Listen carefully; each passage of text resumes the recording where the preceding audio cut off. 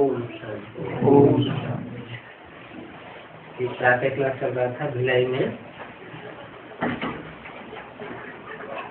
10 फरवरी 1967 की वाली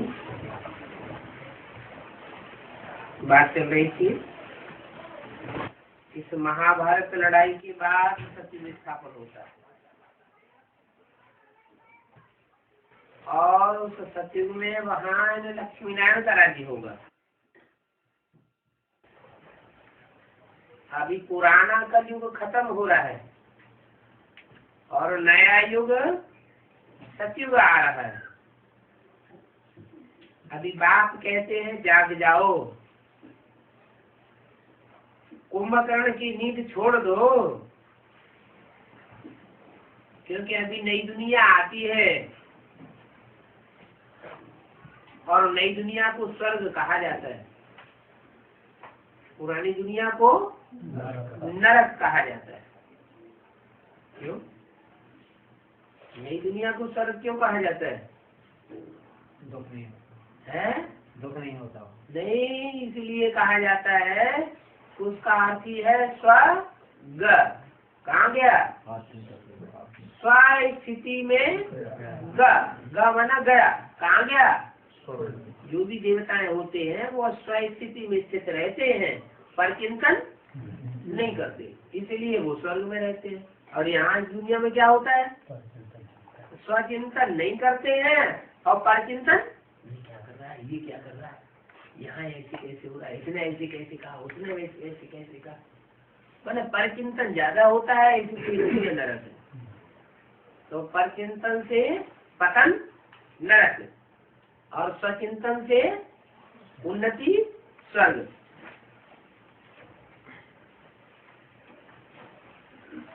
तो ये नया रास्ता है क्या?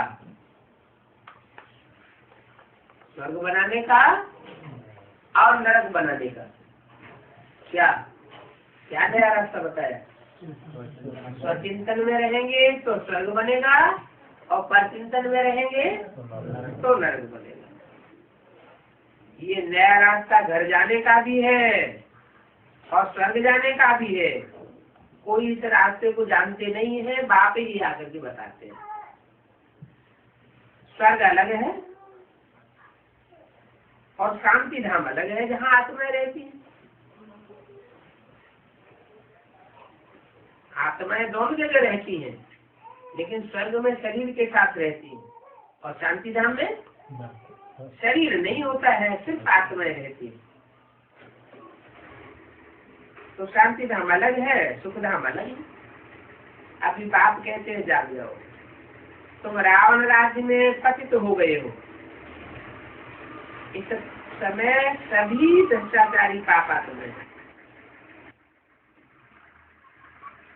एक भी पवित्र आत्मा नहीं हो सकती। कहाँ?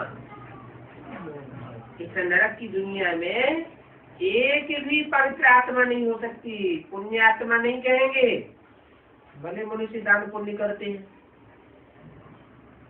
लेकिन पुण्य आत्मा तो भी नहीं है। क्यों? पुण्य करते हैं तो पुण्य आत्मा हुए ना, पाप करते हो तो पाप आत्मा हुए। तो पुण्य करने वाले जो है वो पुण्य आत्मा क्यों नहीं कहेंगे? अभी जो पुण्य करते हैं, दान करते हैं, वो पुण्य आत्मा क्यों नहीं है? सूक्ष्म धन का दान करते हैं। अच्छा, चाहे स्थूल करें चाहे सूक्ष्म करें, लेकिन पुण्य तो करते हैं ना, दान तो करते हैं ना, तो उनको पुण्यात्मा क्यों नहीं कहेंगे? पाप को नहीं कहते। नहीं, पुण्यात्मा इसलिए नहीं कहेंगे कि वो जिसको देते हैं वो पापी होता है या पुण्यात्मा होता है। इस दुनिया में सब पापाचारी है, तो पापियों को ध्यान देंगे तो उसका बोझ देने वाले के ऊपर भी चढ़ जाता है। इसलिए पुण्यात्मा इस दुनिया में कोई नहीं है।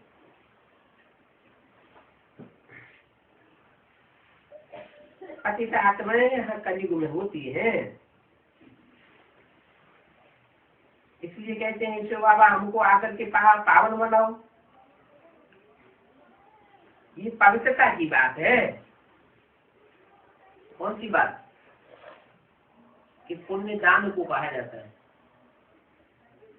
काहे का दान है? हाँ, कारों का तो दान ठीक है, भगवान को देना है, लेकिन दूसरों को क्या देना है? ज्ञान का दान, पवित्र वाइब्रेशन का ज्ञान दान, पवित्र संकल्प का दान, पवित्र वाचा का दान। कोई ऐसी वाचा हमारे मुख से न निकल जाए जो दुर्वासा वाली वाचा हो, दूसरे देने वाली वाचा हो, ग्लानि किसी की निकालने वाली वाचा हो, और जो कर्मेंद्रियों से जो हम कर्म करें वो भी पवित्र हो। अपवित्र कर्म कर्मेंद्रियों से न हो जाए।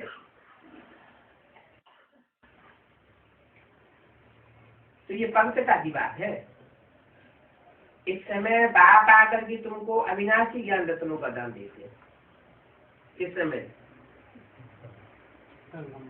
इस संगम युग में, कलयुग के अंत में और सतयुग के आदि में बाप ही आकर के तुमको अविनाशी ज्ञान रत्नों का दान देते हैं। और ऐसा दान कोई कर ही नहीं सकता, किसी की बात है ही नहीं। सच्चाई का ज्ञान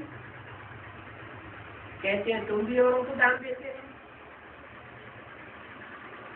अगर देते रहेंगे तो 5 विकारों का ग्रहण छूट जाएगा। 5 विकारों का दान दो तो दुख का ग्रहण छूट जाएगा। तो कोई पूछते हैं, बाप भी पूछते हैं, बाप पूछते हैं तुम हेवनली गॉडफादर के बच्चे बने हो तो हेवनली होने चाहिए, नरक में क्यों बैठे हो? अरे करोड़पति का बच्चा होगा तो पैसे के लिए मोहताज होगा क्या? नहीं होना चाहिए ना। इसका मतलब क्या हुआ है? विकारों का दान अभी नहीं दिया है। दुख का ग्रहण छूट जाएगा अगर 5 विकारों का दान दे देंगे। पवित्र बन के सुखधाम चले जाएंगे क्या?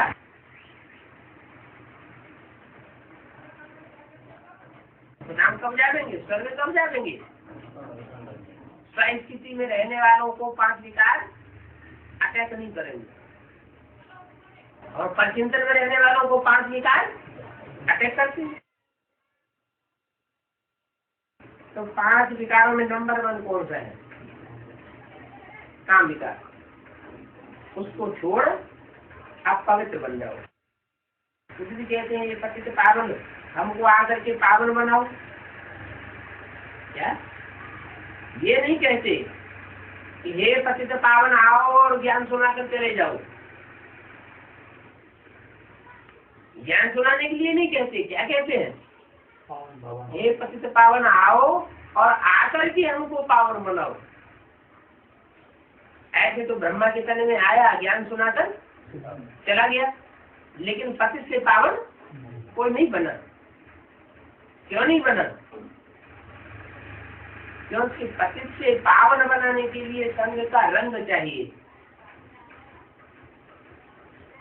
पावन देवताएं थे, द्वापर में आकर के पतित कैसे बने? जो विधर्मी आत्माएं आई उनके संग के रंग में आकर के पतित बने। तो अनेकों के संग के रंग में आकर के पतित बने तो पावन कैसे बनेंगे? जो एक ऊंच से ऊंच बाप है, अगर उसका संग करेंगे बुद्धि से तो पावन बनेंगे। बाप कहते हैं अभी मैं फिर आया हूँ। अभी भारत वैश्यालय हो गया है। आलय माने किसका घर हो गया है? अभी सारा भारत वैश्याओं का घर हो गया है। बाप कहते हैं मैं वैश्यलस बनाने के लिए आया हूँ। वैश्यालय जो विशेष हो गया है, विश्व भरी दुनिया हो गई है, विषय विकारों से भरी हुई ये दुनिया हो गई है, इसको मैं अब फिर से क्या बनाने आया हूँ? निर्विकारी दुनिया बनाने आया हुआ हूँ। ये भी खेल है। मैं आकर के निर्विकारी बनाता हूँ और रावण आकर के विकारी बना देता है। मैं आकर के सुखी दुनिया बनाता हूँ और रावण आकर उनकी दुनिया बना देता है। भारत के लिए खेल है। बाप भी भारत में ही आकर के साधारण तन में प्रवेश करते हैं।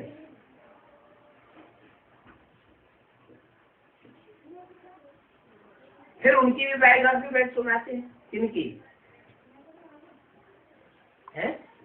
उनकी माने किनकी? ये बात किसके तन में बोली? ब्रह्मा के तन में बोली। तो ब्रह्मा के तन में जब बोल रहे हैं तो इनकी भी बायोग्राफी बताते हैं बैठ करके। ये क्यों नहीं कहा? उनकी भी बायोग्राफी बताते हैं। जिसकी बायोग्राफी बताते हैं उसको दूर क्यों कर दिया? कि जिस तन में प्रवेश करके पतितों को पावन बनाते हैं उसकी जीवन कहानी बताते हैं। इनकी जीवन कहानी बैठ नहीं बताते हैं। इनकी माने किनकी? ब्रह्मा बाबा की नहीं बताते हैं।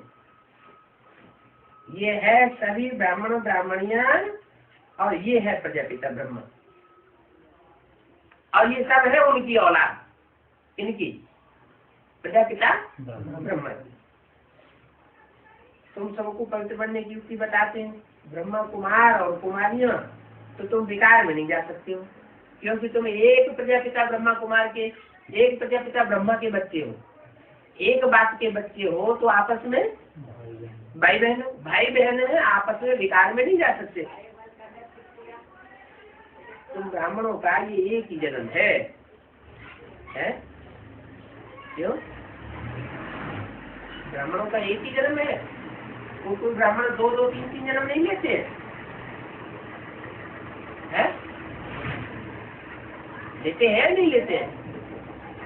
संगम युग 100 साल का होता है। उस 100 साल के संगम युग में कोई ब्राह्मण 2-3 जन्म लेते हैं या नहीं लेते हैं? लेते हैं। फिर एक ही जन्म क्यों बताया? नहीं, पक्के ब्राह्मण जो बनते हैं, जो ब्राह्मण तो देवता कहे जाते हैं, वो जन्म सिर्फ एक ही है। देवता वर्ण में तुम 21 जन्म लेते हो। क्या 3-3 जन्म तो होते हैं, कोई के 2-2 जन्म भी होते हैं, लेकिन तुम सिर्फ देवता वर्ण में एक ही जन्म लेते हो।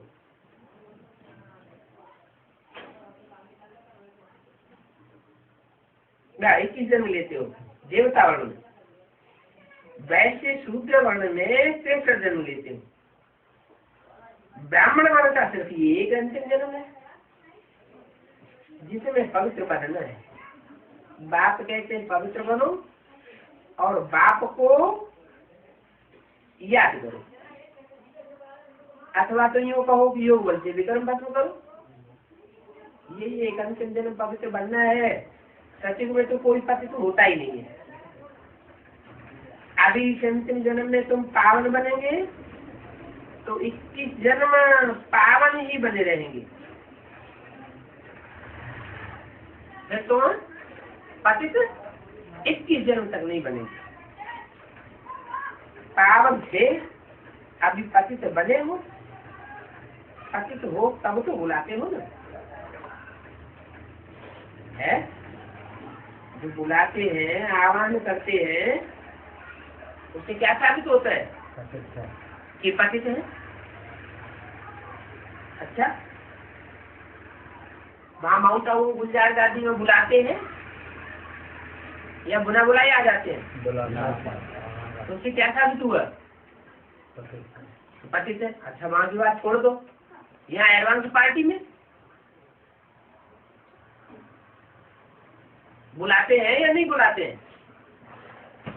बिगड़ बुलाए आते हैं। बुलाते नहीं, अंदर अंदर से लगन नहीं है बाबा आ जाए बोलते हैं,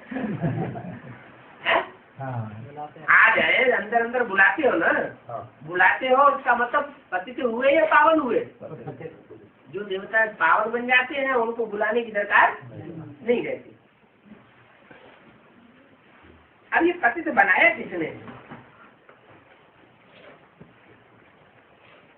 रावण की आसुरी मत ने तुमको पतित बनाया। साधु संता की जो भी मत देते हैं उसको आसुरी मत कहा जाता है। क्या रावण ने तुमको पतित बनाया है। किसकी मत ने पतित बनाया? रावण की मत ने तुमको पतित बनाया, आसुरी मत ने। फिर रावण किसको साबित कर दिया यहाँ?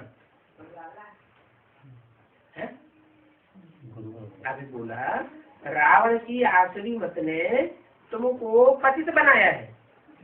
ये साधु संत आदि जो भी है वो सब पतित मत देते हैं। उस मत को आसुरी मत कहा जाता है। तो साधु संत महात्मा क्या हो गए? रावण का रूप हो गए। अगर उनके सामने ये बात बोले कि तुम रावण के रूप हो, बाबा ने तुमको रावण का रूप बताया, तो वो तो नाराज हो जाएंगे। फिर क्या करेंगे?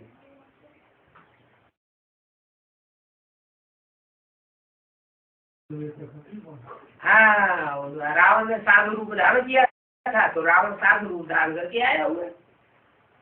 साधु का रूप धारण करता है और कहता है कि शिवो हम भगवान के रूप में, भगवान सर्वव्यापी है। ये है रावण राज की भ्रष्ट मत है। इसलिए उनको भ्रष्टाचारी देवताओं को श्रेष्ठाचारी कहा जाता है। तो ये है नया रास्ता। क्या?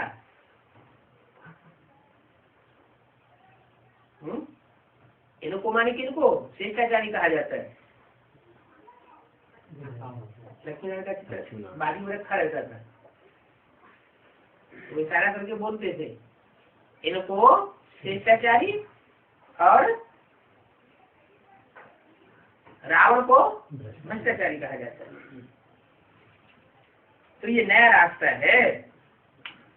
सिवाय मेरे तुम बच्चों को रावण राज्य से और रावण राज्य के दुखों से कोई भी लिबरेट नहीं कर सकता। सभी काम शिक्षा पर बैठ भस्म हो गए। कहाँ की बात बताई? शास्त्रों में कहीं ये बात आई है कि भस्म हो गए ज्ञान सागर के बच्चे?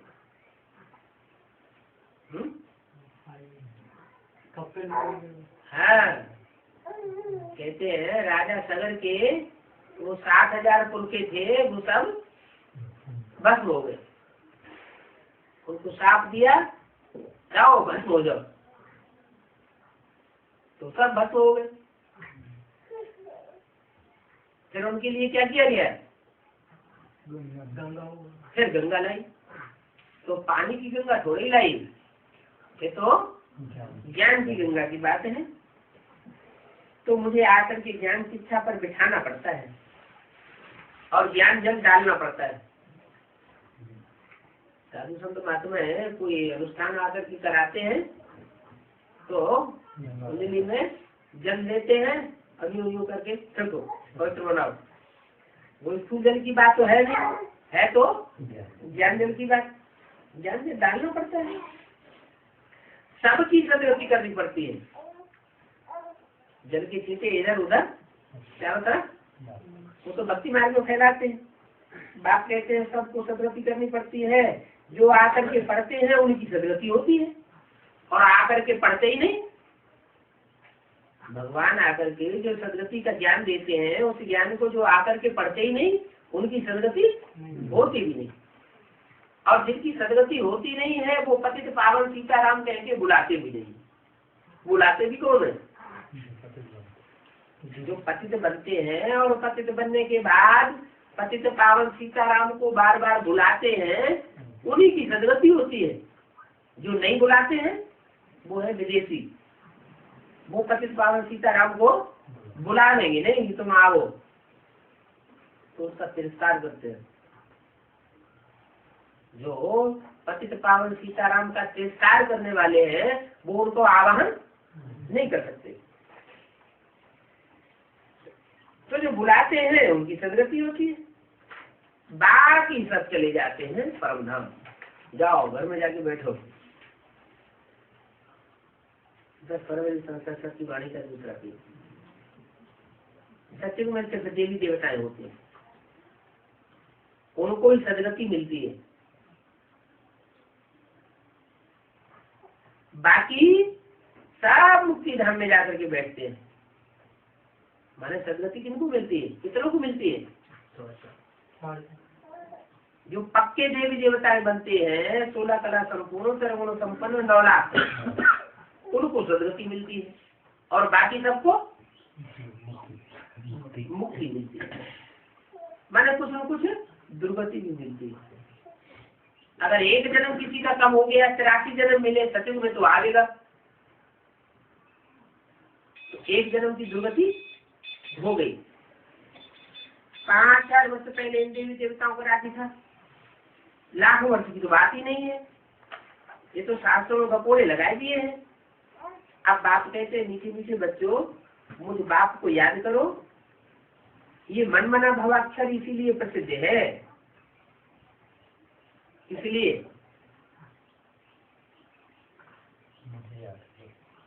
क्योंकि मैंने आकर के बताया है कि मुझे याद करोगे तो मेरे जैसे बन जाओगे। तुम्हारे संकल्प मात्र भी मेरे समान चलेंगे। भगवान हुआ, अब भगवान उन्होंने कृष्ण का नाम डाल दिया। कृष्ण भगवान हो नहीं सकता। क्यों? कृष्ण भगवान क्यों नहीं हो सकता? क्योंकि भगवान तो आकर के राजयोग सिखाते हैं। कृष्ण तो बच्चे का नाम है, बच्चा बुद्धि है। जो बच्चा बुद्धि है वो राजयोग कैसे सिखाएगा? जिस योग में राज भरा हुआ है वो राजयोग बच्चा बुद्धि नहीं सिखा सकता।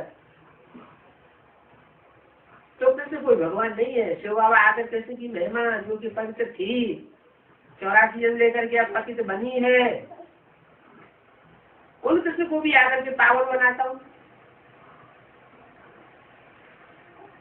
84 जन्मों में नाम रूप देश काल सब बदल जाता है। किसका क्या हो जाता है? नाम रूप देश काल बदल करके। क्योंकि आदि में जो कृष्ण था वो 84 जन्म के बाद ज्यादा लेख राज का नाम रूप बन जाता है। तुम्हारे भी हर जन्म में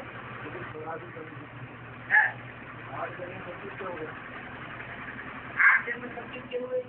की बात कर रहे हैं आप? नहीं, जैसे 84 में तो 8 जन्म आते हैं, तो केवल नहीं, आप किस आत्मा की बात कर रहे हैं?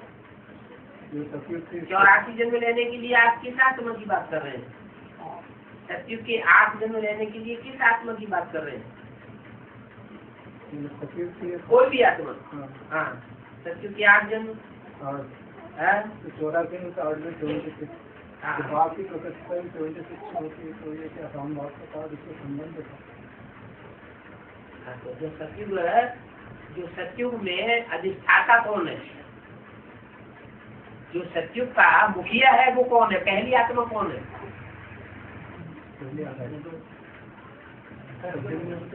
सत्युग, जब सत्युग का जो सीन दिखाया जाता है, त्रेता का सीन दिखाया जाता है, उसमें चित्र किसका छपा हुआ है?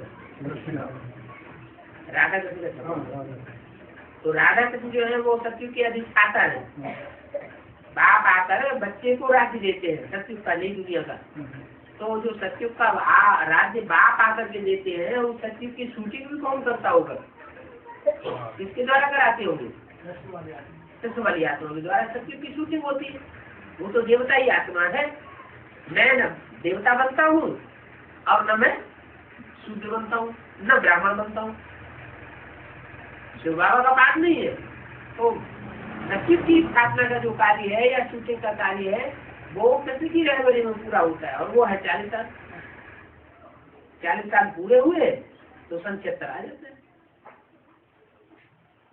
तो ये तो बिल्कुल ठीक है। नहीं, दर्शन के 8 जन्म जब निकल जाते हैं तो सन 76 आता है। सन 76 जब शुरू होता है तो जैसे कि त्रेता युग की शूटिंग शुरू हो जाती है। भगवान कोई कृष्ण नहीं है। शिव बाबा आकर कृष्ण की आत्मा को पवित्र बनाते हैं, जो 84 जन्म लेकर के पतित बनी है। उनकी भी आत्मा पवित्र बनती है ना, क्योंकि उनका नाम रूप देश काल सब बदल जाता है।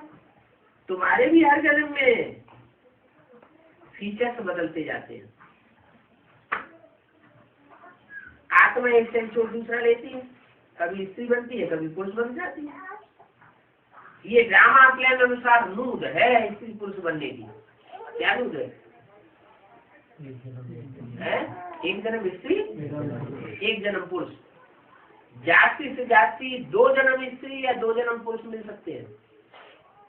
इससे ज्यादा तब्दीली नहीं हो सकती। किसी के अंदर मान लो पुरुष जन्म व्यक्ति के संस्कार ज्यादा रह गए तो अगले जन्म में भी जाकर के पुरुष बन सकता है। स्त्री व्यक्ति के संस्कार ज्यादा रह गए तो अगले जन्म में भी स्त्री बन सकता है। ये स्त्री पुरुष बनता क्यों है? याद में शरीर छोड़ के ना काम विकार प्रधान होता है हर प्राणी मात्र में।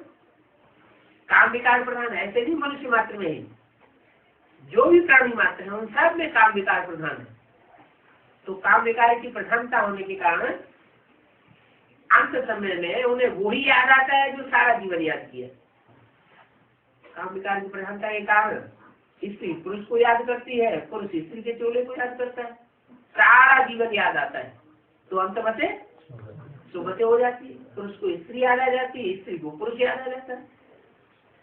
पुरुष को स्त्री याद आवेगी तो उसको स्त्री का जन्म मिल जाता है, और स्त्री को पुरुष याद आ जाता है तो उसको पुरुष का जन्म मिल जाता है। ऐसे ही बाबा पशु पक्षियों में भी ऐसे ही, पशु पक्षी में भी ऐसा ही होता है,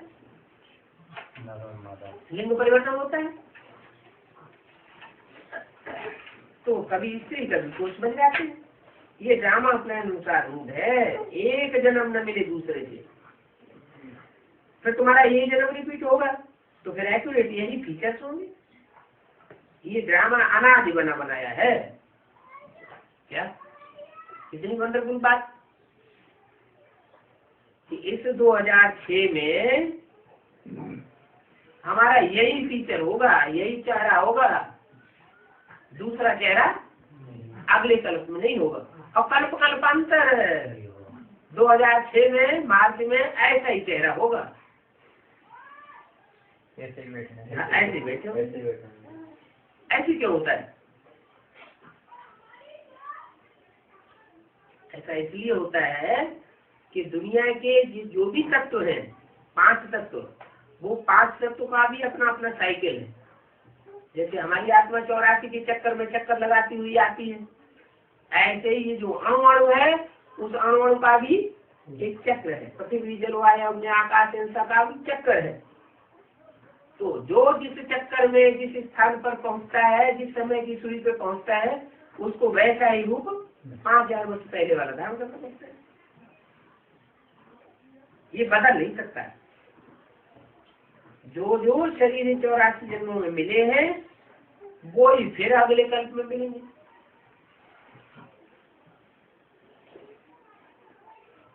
परिवर्तन नहीं होगा। श्री तत्व को जो शरीर सत्युग में था वो फिर वहां मिलेगा। वो आत्मा तो अभी यहाँ है। अभी तुम जानते हो हम सो बनेंगे, ये लक्ष्मण के फीचर्स एक्टिवेट नहीं है। कौन से? जो लक्ष्मण का चित्र बनाया हुआ है वो एक्यूरेट फीचर्स नहीं बनाए, बनेंगे, एक्यूरेट बनेंगे। ये बातें नया कोई नहीं समझ सकते। अच्छी रीति जो किसी को समझाओ तो 84 का चक्र समझ सकेंगे और समझेंगे बरोबर। हर एक जन्म में नाम रूप फीचर आदि अलग अलग होंगे। अभी इनके अंतिम 84 जन्म के फीचर्स ये हैं, इसलिए लगभग थोड़ा दिखाया है। क्या क्या थोड़ा दिखाया है? लक्ष्मीनारायण की जो फीचर्स है, जो चित्र में दिखाए गए हैं, वो सत्युग के फीचर्स से थोड़े मिलते जुलते दिखाए हैं, पूरा एक्यूरेट नहीं है। अगर इतना भी न दिखाए तो मनुष्य समझ नहीं सकते। तुम बच्चे जानते हो ये मम्मा बाबा ही फिर ये लक्ष्मीनारायण बनते हैं। यहाँ तो 5 तत्व पवित्र नहीं है। यहाँ शरीर सब पतित तमो प्रधान है। सत्युग में शरीर भी सब पावन होते हैं। कृष्ण को मोस्ट ब्यूटीफुल कहते हैं। कैसा कहते हैं? Most beautiful. क्यों? सतयुग में सतयुग को मोस्ट ब्यूटीफुल कहते हैं, सतयुग में कहते हैं, अभी कहते हैं, या भक्ति मार्ग में कहते हैं? कृष्ण को मोस्ट ब्यूटीफुल कहाँ की बात है, कहाँ कहते हैं?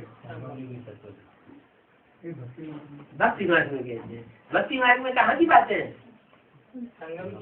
संगम की बात है, माने सत्य की कृष्ण की बात नहीं है मोस्ट ब्यूटीफुल की। कहाँ की है? जो संगम की कृष्ण है वो मोस्ट ब्यूटीफुल होता है, नेचुरल ब्यूटी होती है। यहाँ विलायत में भले गोरे मनुष्य हैं, परंतु उनको देवता थोड़े कहेंगे, दैवी वो तो होते ही नहीं है। तो बात कितनी अच्छी रीति बैठ समझाते हैं। अभी ऊंची से ऊंची पढ़ाई है जिससे तुम्हारी कितनी ऊंची कमाई होती है, अनगिनत धन तुम कमाते हो। वहां तो हीरो जवाहरातों के महल थे, कहाँ? हीरे जवाहरातों में है, वहाँ महल बनाने की दरकार पड़ेगी? वहाँ सर्दी गर्मी होगी है? देवान होगा? देवान भी नहीं होगा, सर्दी गर्मी भी नहीं होगी। चोर डकैतों का डर होगा? चोर डकैतों का भी डर नहीं होगा। तुम्हें महलवानियां टालियां क्यों बनाएंगे? दीवारें बनाने की दरकार क्यों होगी? है महल माना किला, किला माना संगठन रूपी किले। आदि तो सब गुम हो गए हैं। अपरम अपार कमाई है 21 जन्मों के लिए, इसमें बहुत बहुत मेहनत चाहिए।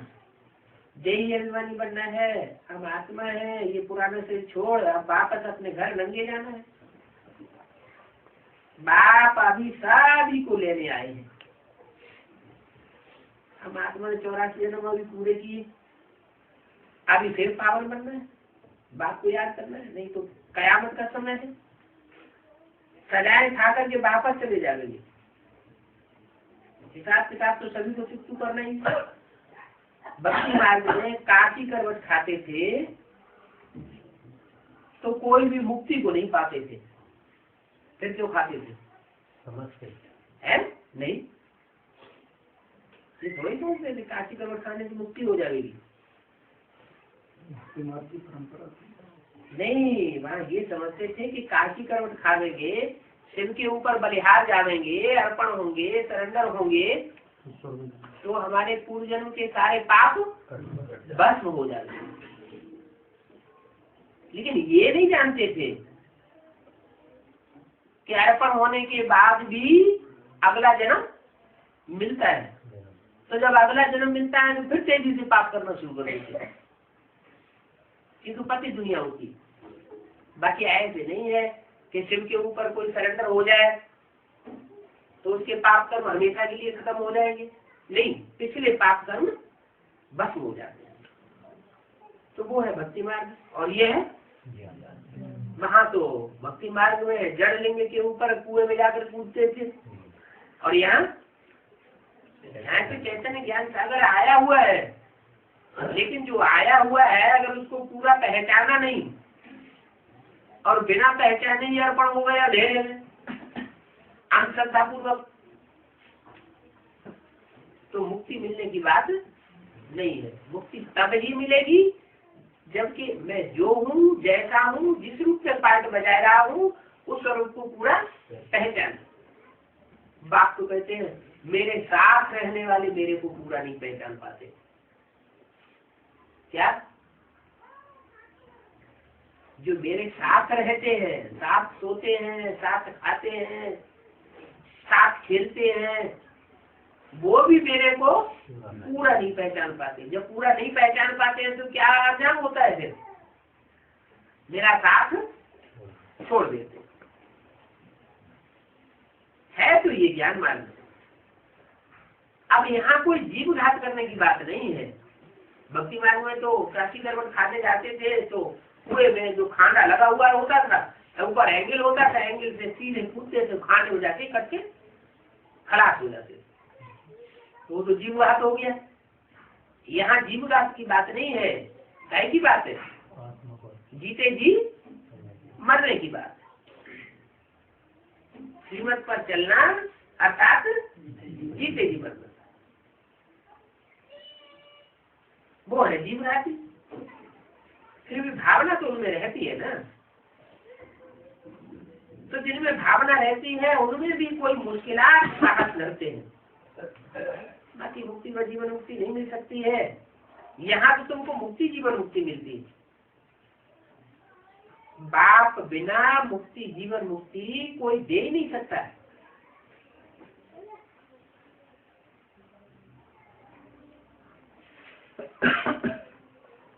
अब परम धाम में तो आत्मा रहती है और यहाँ इस सृष्टि पर तुम सब देहाभिमानी होकर रहते हो, तो फिर वापस कैसे जाओगे?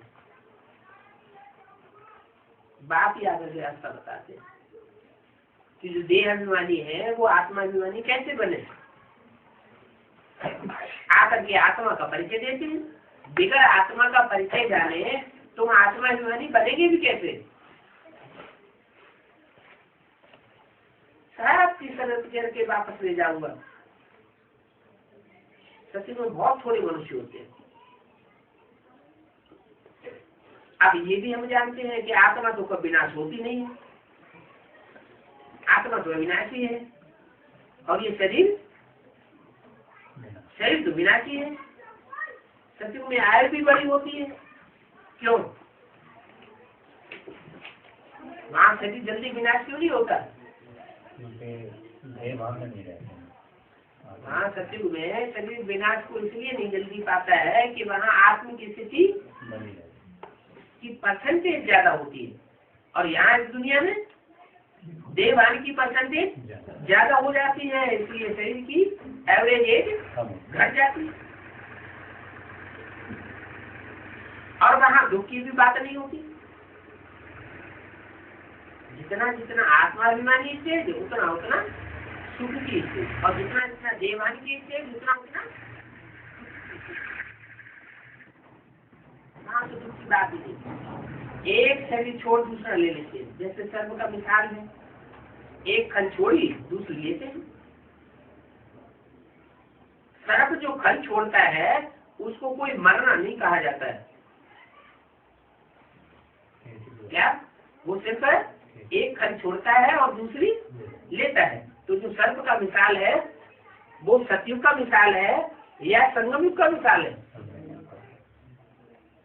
संगम युग में होगा ऐसा। कैसा? कि हम अपने शरीर को कंचन बनाए लेंगे। ये शरीर छोड़ेगी नहीं, शरीर रहेगा, लेकिन ये खल मांस मज्जा हड्डी सब सारी बदल जाएगी। माना 5 तत्व ही चेंज हो जाएंगे। शरीर के 5 तत्व चेंज हो जाएंगे। 36 हो जाएंगे। 36 हो जाएंगे। 36 उससे पहले नहीं होंगे। 36 तक तो दुनिया की आबादी होगी 9 लाख 16,108। 16,108 में एक साथ पैदा हो जाएंगे क्या? कि पहले से ही होना शुरू होंगे? पहले से ही होंगे। तो इसका मतलब कि कंचन काया पहले से ही बनना शुरू होगी। 2018 शुरुआत हो जाएगी। तो जब राधा कृष्ण का जन्म होगा तो पहला इशू हुआ। जन्म तभी होगा जबकि जन्म देने वालों की कंचन काया बनी हुई हो। खुद की कंचन काया नहीं बनी होगी तो बच्चों का जन्म कैसे देंगे? निर्विकारी बच्चों का जन्म किससे होगा? विकारी शरीर से। विकारी शरीर के पास तत्वों से नहीं।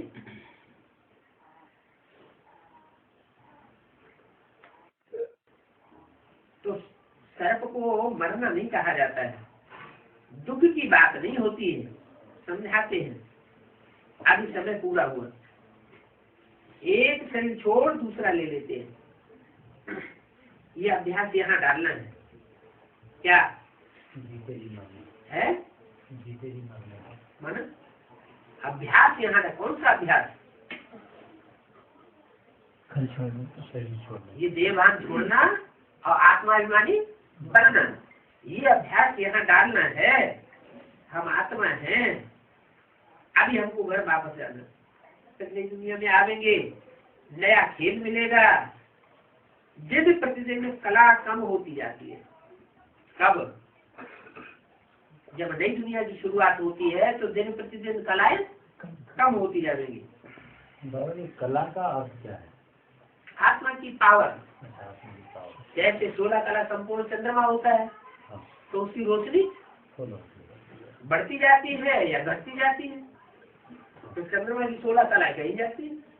16 दिन में 16 कला संपूर्ण बन जाता है। तो एक एक दिन में एक एक कला घटती है, एक एक दिन में एक एक कला बढ़ती है। तो ऐसे ही आत्मा की कला जो है हर जन्म में घटती जाती है। ब्रह्मा कुमारी आश्रम में भी चलने की कला, लिखने की कला, ऐसे 16 कला बता दी। लेकिन आत्मा की पावर की बात है, मेजरमेंट है कला, आत्मा की शक्ति की बात है। 16 कला माना 100% पावरफुल, पावरफुल। आत्मा पावरफुल हो जाती है, लंबी आयु वाली हो जाती है, जैसे सुंदर शरीरों वाली हो जाती है। जैसे 16 आने माने 1 रुपया। 16 आना माने 1 रुपया। 14 आने मतलब कम हो गया। कम हो गया ना? कम हो गया। अच्छा, मनुष्यों ने 84 लाख योनियां कह दी हैं। 84 जन्म लेते हैं मनुष्य, लेकिन मनुष्यों ने 84 लाख योनियां कह दी हैं। चलो, मनुष्यों के लिए तो 84 लाख योनियां ही कही, और मेरे को तो अनगिनत कण कण में पत्थर पत्थर में डाल दिए। 84 लाख तो फिर भी कम है, और मेरे को सबने व्यापक बता दिए। इसको कहा जाता है धर्म की ग्लानि। क्या जो धारणा करनी है वो नहीं की, क्या धारणा करनी है कि वो सुप्रीम सोल एक व्यापी है। उस एक व्यापी को कण कण में व्यापक बताई दिया। मनुष्य स्वच्छ बुद्धि से बिल्कुल तुच्छ बुद्धि बन गई, तब ऐसा होता है। ये शूटिंग बाबा अभी होना है। कैसी? ये तो कलका में वाली बात है। हाँ, इसकी शूटिंग भी यहाँ ब्राह्मण परिवार में होना है। तो हर एक की बात अगर बैठ के मानने लगेगा तो सबके भगवान नहीं हो गए जो भी चल रहा है। है? इसको कहा जाता है धर्म की ग्लानि। मनुष्य स्वच्छ बुद्धि से बिल्कुल तुच्छ बुद्धि बन जाते हैं। अभी बाप तुमको स्वच्छ बुद्धि बनाते हैं, स्वच्छ बनते हैं याद से। बाप कहते हैं अभी नवयुग आता है, उसकी निशानी है ये महाभारत लड़ाई। क्या नवयुग आने की निशानी क्या है? अगर महाभारत लड़ाई न हुई तो ये नई दुनिया नहीं आ सकती। Gateway to heaven is Mahabharata गृह युद्ध। कोई कहे हम नहीं लड़ेंगे, हम इस युद्ध में से पसार होने वाले नहीं हैं, हम खून खराबा अपना न होने देंगे और न दूसरों को करेंगे, तो बाप कहते हैं वो स्वर्ग में भी नहीं जाएंगे।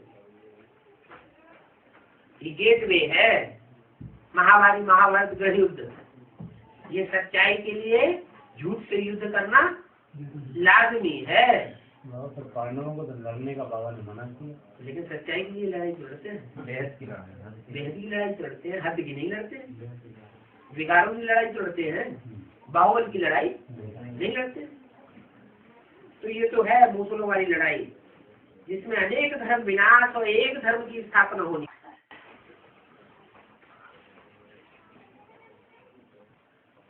10 फरवरी 1967 की वाणी का तीसरा पेज।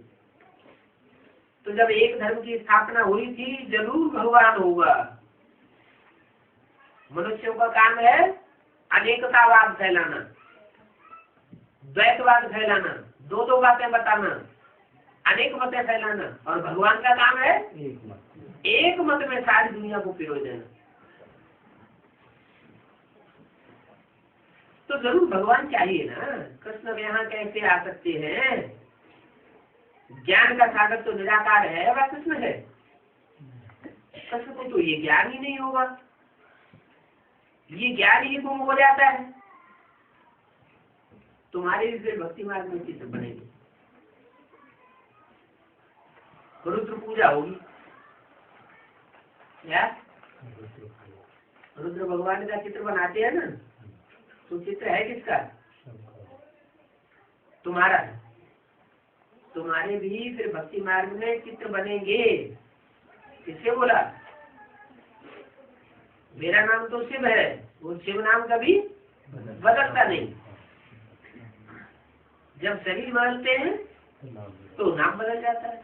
इसका मतलब जो ज्योति बिंदु शिव है तो कोई शरीर में प्रवेश करके रौद्र रूप धारण करता है। ये किसी आदि में भी रौद्र रूप धारण किया था, वो छोटा रूप था, और अभी अंत में सारी दुनिया के सामने विकराल रूप धारण करेगा। भक्ति मार्ग है पुजारी मार्ग, तुम पूज्य से पुजारी बनते हो, कलाएं कम होती जाती है, कलाएं कम होती जाती है, तीव्र गति से कलाएं कम कम होती है। द्वापर से जब द्वैतवादी युग आता है तो तुम भोगी बन जाते हो। क्या भोगी कब कहे जाते हैं? द्वापर युग से जब हम भक्त इंद्रियों से भोग करते हैं तो हम भोगी कहे जाते हैं। वहां वो योगी होते हैं। कहा? सत्युग त्रेता में योगी है। योगी वहां क्यों है? वहां भोग नहीं, सुख भोगते नहीं है। क्या सुख तो भोगते हैं, लेकिन शेष इंद्रियों के सुख भोगते हैं। जो ज्ञान इंद्रियां हैं उन ज्ञान इंद्रियों का सुख भोगते हैं देवता, वंश इंद्रियों का सुख नहीं भोगते। ऐसे नहीं तो वहां किसी की याद में योग लगाते हैं, वहां तो सब आत्मा की स्थिति में रहते हैं, किसी दूसरे की याद की बात है ही नहीं। वहां है ही भक्त, कृष्ण को भी योगेश्वर कहते हैं। इस समय कृष्ण की आत्मा बाप के साथ योग लगा रही है।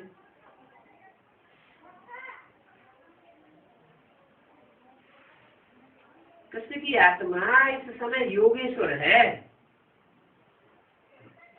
सत्युग में योगेश्वर नहीं कहेंगे।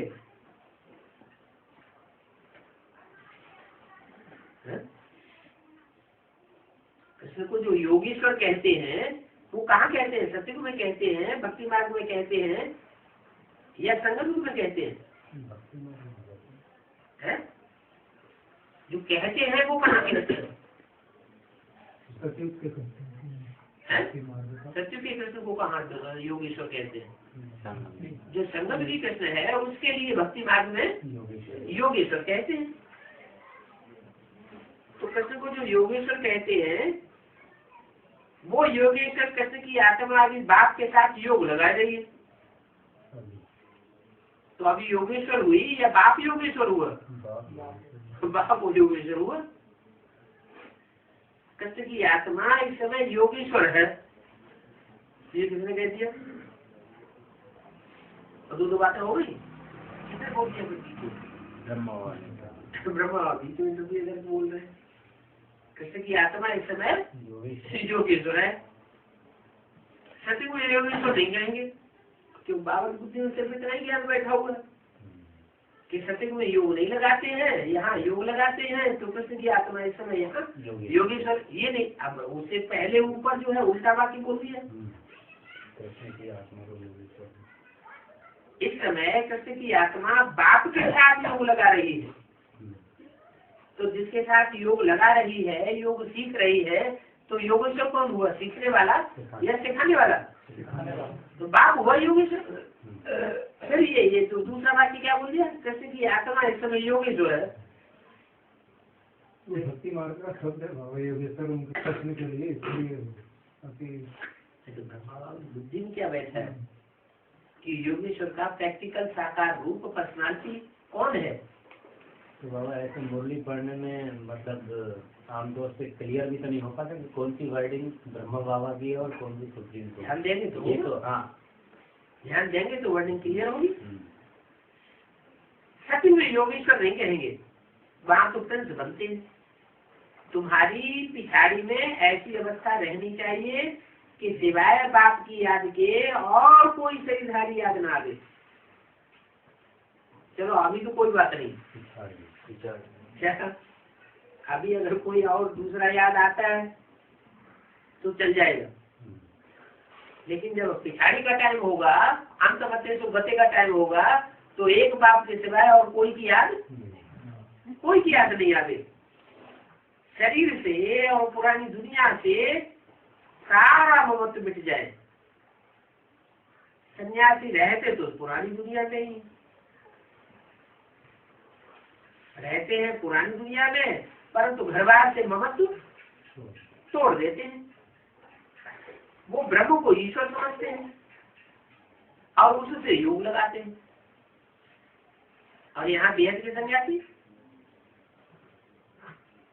है, ब्राह्मणों की दुनिया में जो बेहद के सन्यासी हैं, जो अपने घरवार को छोड़े हुए हैं, लौकिक परिवार को, और योग किससे लगाते हैं?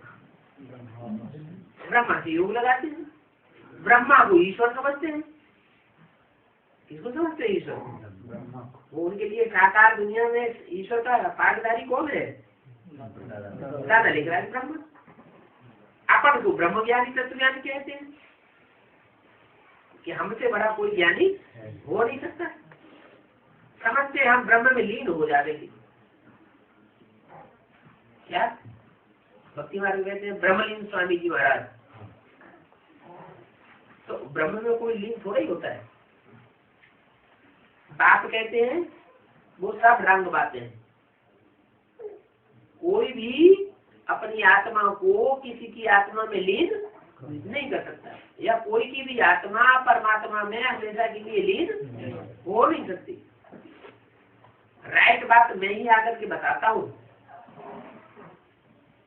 और सब रंग बातें बताते हैं। मुझे ट्रुथ कहा जाता है, गॉड इज ट्रुथ। कोई आत्मा को नहीं कहा जाता ट्रुथ। भारतवर्ष में सत्यनारायण की कथा गाई जाती है। क्या एक नारायण ही सत्य है, सत्य लक्ष्मी की भी कथा नहीं गाई जाती।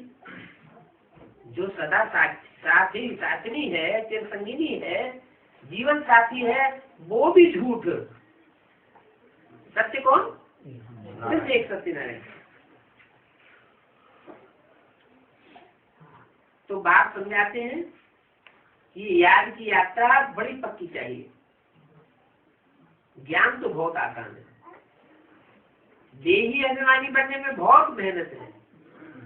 बाप कहते हैं किसी की भी देह को याद नहीं करो।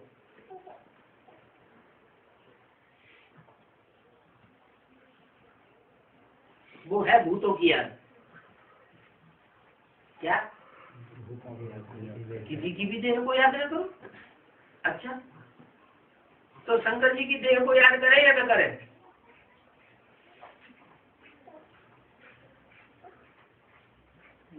साकार में निराकार, हाँ, साकार में निराकार को याद करना है तो वो देह किसकी हुई है? बाप की हो गई, राम बाबा को दे चुके हैं। हाँ, उस देह पर भी उनका कोई अधिकार नहीं है। वो देह किसकी हो गई? शिव बाप की हो गई। तो शिव बाप की जो चीज हो गई तो किसकी कही जाएगी? शिव बाप की कही जाएगी। तो शिव कृष्ण के स्वरूप में तो फिर देह की याद बनी रहेगी। कृष्ण तो भगवान है ही। किसी रूप में निराकार को भी याद करते हैं साकार के द्वारा। हाँ, तो देह की याद तो फिर भी बनी रहेगी। लेकिन वो देह को किसने ग्रहण कर लिया है? उसकी जिम्मेवारी किसने ले ली? वो मुकर्रर किसने बनाई दी है? शिव ने मुकर्रर ने बना दिया। जब जिसने जिम्मेवारी ले ली तो सारी जिम्मेवारी उसकी। इसीलिए भक्ति मार्ग में जो मूर्ति होती है उस मूर्ति की भी चरण रज माथे से। क्या सारे शरीर में निम्नतम होते हैं चरण और ऊंचे से ऊंचा होता है उत्तमांग। तो चरण की जो धूल है वो भी माथे से लगाते हैं। माने अगर चरणों का भी संग मिल जाए तो भी अपने को धन्य समझते हैं। बाबा घर को याद करो, इसीलिए भी तो बोला है कि घर को याद करो। बाप का घर कौन सा है? सुप्रीम सोल का घर कौन सा है इस दुनिया में? जिसमें बैठा है, जिस मुकर्रर रत्न में बैठता है वो उसका घर हो गया। तो घर तो पावन ही है और उसको अनुभव भी करते हैं। कोई फोन करते हैं तो कहते हम सब भूल गए। बहुत बातें हमने याद करके रखी थी, सारी बातें भूल गए। बाबा अचानक मिलते हैं तो कहते हैं सामने आने से सारी बात भूल जाती। तो क्यों भूल जाती है उनको, सबको क्यों नहीं भूल जाती है?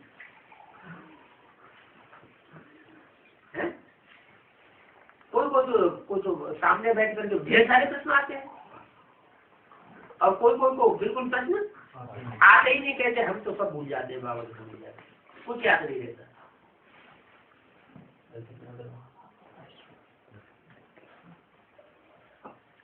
कारण क्या हुआ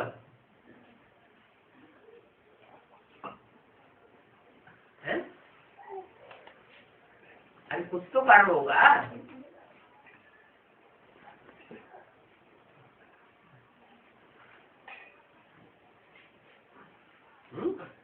है वो सेवा करा थे नहीं, जो बच्चे बाप के ज्यादा नजदीक हैं पुरुषार्थ में, आत्मिक स्टेज के पुरुषार्थ में ज्यादा नजदीक होते हैं, उनको ये अनुभव होता है कि जैसे ही बाप नजदीक आता है, संग में आता है, सामने आता है, वो सारा सब कुछ भूल जाते हैं। कुमारिका दादी के जो पक्के पक्के फॉलोअर्स होंगे, कुमारिका दादी जब उनके सामने पहुंचेगी तो खुशी का पारावार उनका नहीं रहता, सब कुछ भूल जाते हैं। क्यों भूल जाते हैं?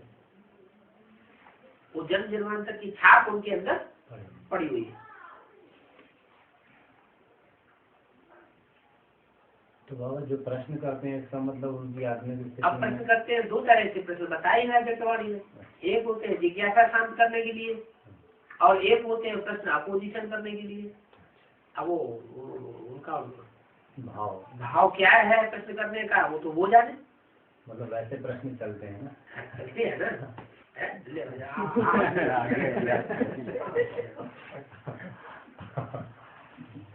भाई लोग ऐसे प्रश्न नहीं कर पाते, इसलिए उनका कल्याण हो जाता है उसमें।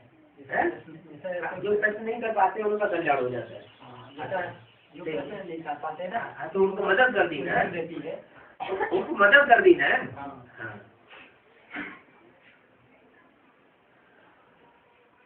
तो बाप कहते हैं किसी की भी देह को याद न करो, वो है भूतों की याद। भूत पूजा है, भूत की याद हो गई ना। कहाँ भगवान और कहाँ भूत। मैं तो अशरीरी हूँ, मतलब मैं तो जिस तन में हूँ उसमें आसक्त होकर के नहीं रहता हूँ। मैं अशरीरी हूँ और आत्माएं वो शरीर में आसक्त होने की स्वभाव वाली है।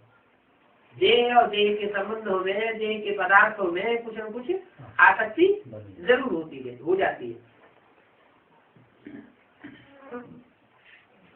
तो देखो, इन आंखों से देखते हुए बुद्धि से बाप को याद करना है। आंखों से देखते भी जाओ, आंखों से देखते हैं देहधारी को, लेकिन याद करते हैं कैसे? कैसे याद करेंगे? बुद्धि बाबा में लगी रहे, मतलब और आंखें तो साकार को देख रही, देखते हुए न देखे, देखते हुए देखे। अच्छा, हम आपको पुकारेंगे कैसे? नाम रूप से ही पुकारेंगे। नाम रूप से पुकारेंगे तो देह याद आएगी, तभी तो पुकारेंगे। बुद्धि बोलेगी ना कि ये कहेंगे हे आत्मा इधर आओ। आत्मा कहेंगे तो बिंदु याद आएगा, और बिंदु का जो स्पेशल रूप है, अपना विशेष आकार है, प्रकार है, वो तो साकार ही होगा। तो साकार को देखेंगे तभी तो नाम रूप याद आएगा, नहीं तो नाम रूप कैसे याद आएगा?